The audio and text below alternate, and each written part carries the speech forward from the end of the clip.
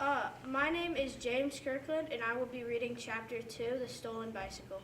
Hi, my name is Duncan Skeen, and I will also be reading Chapter 2, The Stolen Bicycle. So, what flavor are you getting? Patrick Picklebottom asked, wiping his forehead with his already sweat-drenched t-shirt. At this point, I don't really care, his friend Claire said, fanning herself with a little dramatic what is it? Like 500 degrees outside today? I'll probably take any flavor that will cool me down, but probably chocolate with peanut butter chips and maybe some rainbow sprinkles. And I'm not sure it's 500 degrees out, Patrick said as they reached the entrance to the ice cream parlor. Looking at the digital sign, the bank across the street, he saw that it was 1:04 p.m. and 97 degrees out. But it's really hot. It's even worse than yesterday, and yesterday was brutal. My feet are squishing in my sneakers from the sweat. Gross, Patrick. I don't need to know that. Patrick chuckled as they entered the ice cream shop. Inside, a number of other kids were already waiting in line or happily enjoying their ice cream cones. Only one kid did not look happy to be there. In the back corner, Alastair Bing Stipple was sitting by himself, wearing a dusty baseball uniform and staring angrily at the untouched strawberry milkshake on the table in front of him. Patrick and Claire made their way over. "Hey, Alastair," Patrick said joyfully. "Great game today. You hit the longest home run I've ever seen." An hour earlier, Patrick and Claire left Snuffleberry Park after watching a Little League baseball game between the Pythons and the Atomic Gnats. Even though Alastair was a year younger and a full grade lower than most of his teammates, he was the Atomic Gnats star player, a talented shortstop, and a powerful hitter. The game had been tied 3-3 when Alastair hit a solo homer in the ninth inning to score the game-winning run. "Thanks," Alastair said miserably. Patrick and Claire looked at each other quizzically. "So why long phrase, superstar?" Claire asked. "You look like someone just stole your dog." Alistair looked at her.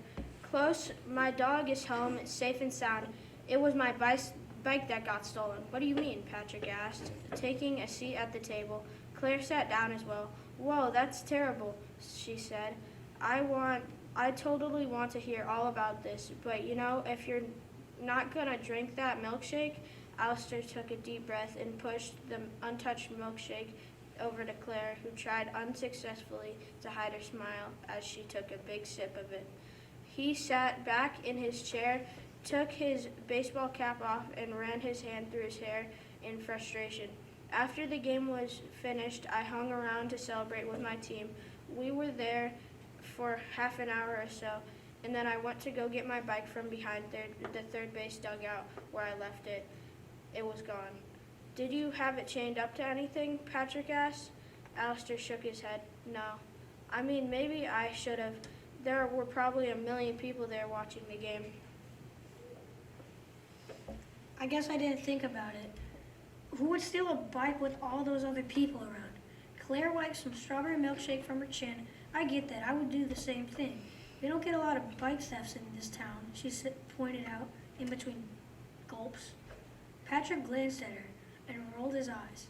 Turning back to Alastair, he said, "Everyone else seemed to leave the game around them the same time we did. Right after you hit that home run. Did you notice anyone besides your teammates still hanging around?" "Yeah, Roger Wigglesworth was still there, watching us celebrate for a while. He seemed annoyed, which makes sense since his younger brother is on the Pythons." Roger Wigglesworth was a particularly obnoxious kid in Patrick and Claire's grade. His brother Mort was in Alastair's grade and was the pitcher for the Pythons. Yeah, neither of them really liked to lose, Patrick considered.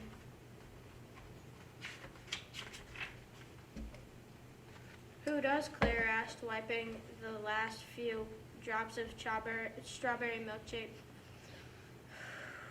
"Who does?" asked Claire, wiping the last few drops of strawberry milkshake from her chin. Claire, never mind."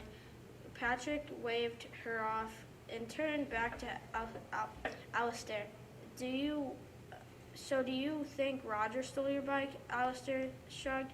Maybe. I don't really know him that well. I mean, I know he can be a jerk, but I wouldn't have guessed he's a thief too. Well, Patrick said, standing up, there's only one way to find out. Let's go to Roger's house and ask him. He doesn't live too far from here.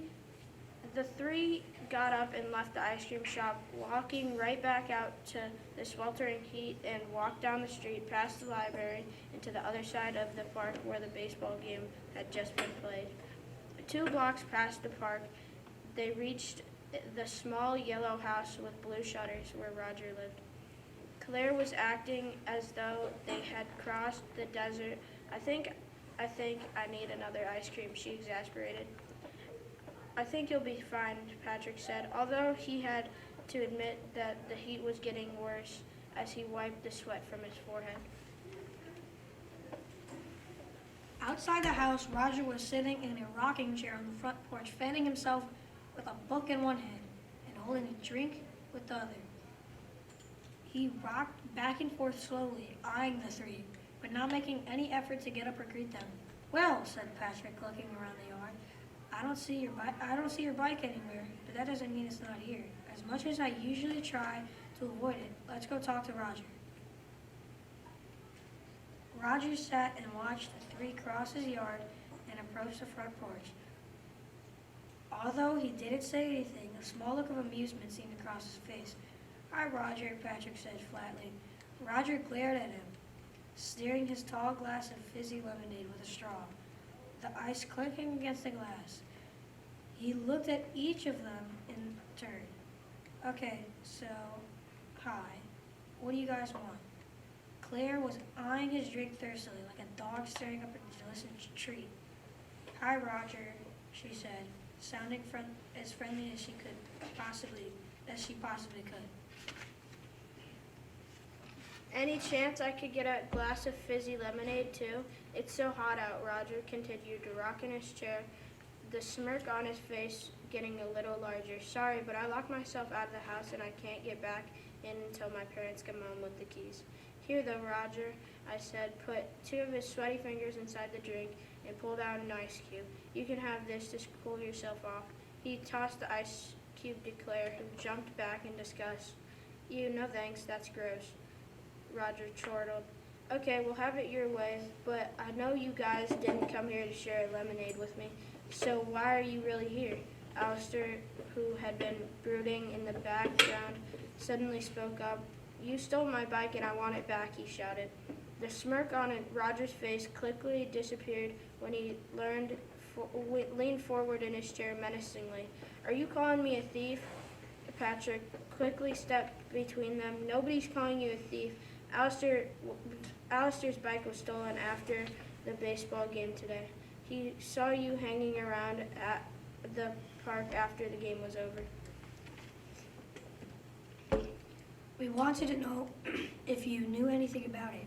Roger sat back in his chair and took a long sip from his drink. You must have me confused with somebody else. I left after the 7th inning. I came home, got myself a nice cool glass of lemonade. He took another long sip and smirked at Claire, who was fanning herself furiously from the heat.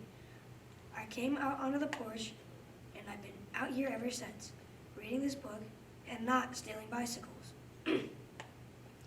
Patrick tried to push a bit more, but hesitated to accuse Roger of anything just yet. Then you wouldn't mind if we looked inside the house just to be sure. Roger didn't miss a beat. Ordinarily, I love to ask you inside. But like I said, I locked myself out of the house after I came home. I'd invite you to wait around until my parents get back later, but since I don't like any of you, why don't you just make like a drum and beat it instead?